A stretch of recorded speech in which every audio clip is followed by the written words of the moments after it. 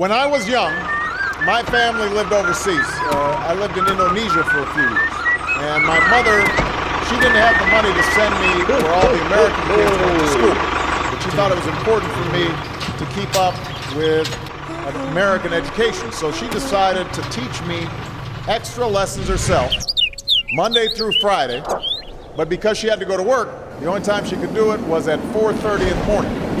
But whenever I complained, my mother would just give me one of those looks and she'd say, "This is no picnic for me either, Buster." So I know that some of you are still adjusting to being back at school, but I'm here today because I have something important to discuss with you. My father left my family when I was 2 years old. I was raised by a single mom who had to work, who struggled at times to pay the bills and wasn't always able to give us the things that other kids had. There were times when I missed having a father in my life. There were times when I was lonely and I felt like I didn't fit in. So I wasn't always as focused as I should have been on school. And I did some things that I'm not proud of. And I got in more trouble than I should have. And my life could have easily taken a turn for the worse. But I was lucky. I got a lot of second chances. And I had the opportunity to go to college and law school and follow my dreams. My wife, our First Lady, Michelle Obama, she has a similar story. Neither of her parents had gone to college, and they didn't have a lot of money. Oh, shit! But they worked hard, and she worked hard so that she could go to the best schools in this country. Some of you might not have those advantages. Maybe you don't have adults in your life who give you the support that you need. Maybe someone in your family has lost their job, and there's not enough money to go around. Maybe you live in a neighborhood where you don't feel safe, or have friends who are pressuring you to do things you know aren't right. Maybe you could be a great writer, maybe even good enough to write a book or articles in a newspaper, but you might not know it until you write that English paper, that English class paper that's assigned to you. Maybe you could be an innovator or an inventor, maybe even good enough to come up with the next iPhone, or new medicine or vaccine. But you might not know it until you do your project for your science class. Okay. Maybe you could be a mayor, or a senator, or a Supreme Court justice. But you might not know that until you join student government or the debate team. And no matter what you want to do with your life, I guarantee that you'll need an education to do it. You want to be a doctor, or a teacher, or a police officer? You want to be a nurse or an architect? A lawyer or a member of our military? You're going to need a good education for every single one of those careers. You cannot drop out of school and just drop into a good job. You've got to train for it, and work for it, and learn for it. And this isn't just important for your own life and your own future. What you make of your education will decide nothing less than the future of this country. The future of America depends on you. What you're learning in school today will determine whether we as a nation can meet our greatest challenges in the future. You'll need the knowledge and problem-solving skills you learn in science and math to cure diseases like cancer and AIDS, and to develop new energy technologies and protect our environment. You'll need the insights and critical thinking skills you gain in history and social studies to fight poverty and homelessness, crime and discrimination, and make our nation more fair and more free. You'll need the creativity and ingenuity you develop in all your classes to build new companies that will create new jobs and boost our economy. We need every single one of you to develop your talents and your skills and your intellect so you can help us old folks solve our most difficult problems. If you don't do that, if you quit on school, you're not just quitting on yourself, you're quitting on your country. I know it's not always easy to do well in school. I know a lot of you have challenges in your lives right now that can make it hard to focus on your schoolwork. I get it, I know what it's like. But at the end of the day, the circumstances of your life, what you look like, where you come from, how much money you have, what you've got going on at home, none of that is an excuse for neglecting your homework or having a bad attitude in school. That's no excuse for talking back to your teacher or cutting class or dropping out of school. There is no excuse for not trying. Where you are right now doesn't have to determine where you'll end up. No one's written your destiny for you. Because here in America, you write your own destiny. You make your own future. That's what young people like you are doing every day all across America. And that's why today I'm calling on each of you to set your own goals for your education and do everything you can to meet them. Your goal can be something as simple as doing all your homework, paying attention in class, or spending some time each day reading a book. Maybe you'll decide to get involved in an extracurricular activity or volunteer in your community.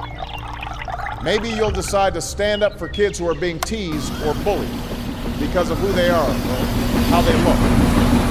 Because you believe, like I do, that all young people deserve a safe environment to study and learn. Maybe you'll decide to take better care of yourself so you can be more ready to learn.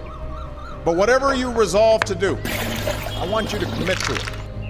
I want you to really work at it. I know that sometimes you get that sense from TV that you can be rich and successful without any hard work. That your ticket to success is through rapping or basketball or being a reality TV star. Chances are you're not going to be any of those things. The truth is, being successful is hard. You won't love every subject that you study. You won't click with every teacher that you had. Not every homework assignment will seem completely relevant to your life right at this minute. And you won't necessarily succeed at everything the first time you try. That's okay. Some of the most successful people in the world are the ones who've had the most failures. J.K. Rowling, who wrote Harry Potter. Her first Harry Potter book was rejected 12 times before it was finally published. Michael Jordan was cut from his high school basketball team.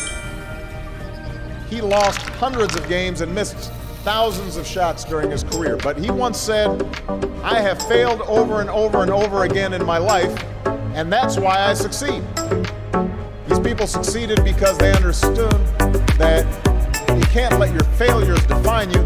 You have to let your failures teach you. You have to let them show you what to do differently the next time. So if you get into trouble, that doesn't mean you're a troublemaker. It means you need to try harder to act right. If you get a bad grade, that doesn't mean you're stupid. It just means you need to spend more time studying. No one's born being good at all things. You become good at things through hard work. You're not a varsity athlete the first time you play a new sport. You don't hit every note the first time you sing a song. You've got to practice. The same principle applies to your schoolwork. You might have to do a math problem a few times before you get it right. You might have to read something a few times before you understand it. You definitely have to do a few drafts of a paper before it's good enough to hand in. Don't be afraid to ask questions. Don't be afraid to ask for help when you need it. I do that every day. Asking for help isn't a sign of weakness, it's a sign of strength. Because it shows you have the courage to admit when you don't know something, and that then allows you to learn something new. So find an adult that you trust, a parent, a grandparent, or a teacher, a coach, or a counselor, and ask them to help you stay on track to meet your goals. And even when you're struggling, even when you're discouraged, and you feel like other people have given up on you, don't ever give up on yourself. Because when you give up on yourself, you give up on your country. The story of America isn't about people who quit when things got tough. It's about people who kept going, who tried harder, who loved their country too much to do anything less than their best. It's the story of students who sat where you sit 250 years ago and went on to wage a revolution, and they founded this nation. Young people. Students who sat where you sit 75 years ago, who overcame a depression and won a world war, who fought for civil rights and put a man on the moon. Students who sat where you sit 20 years ago, who founded Google and Twitter and Facebook and changed the way we communicate with each other. So today, I want to ask all of you, what's your contribution going to be? What problems are you going to solve? What discoveries will you make? What will a president who comes here in 20 or 50 or 100 years say about what all of you did for this country? Now, your families, your teachers, and I are doing everything we can to make sure you have the education you need to answer these questions. I'm working hard to fix up your classrooms and get you the books and the equipment and the computers you need to learn. But you've got to do your part too.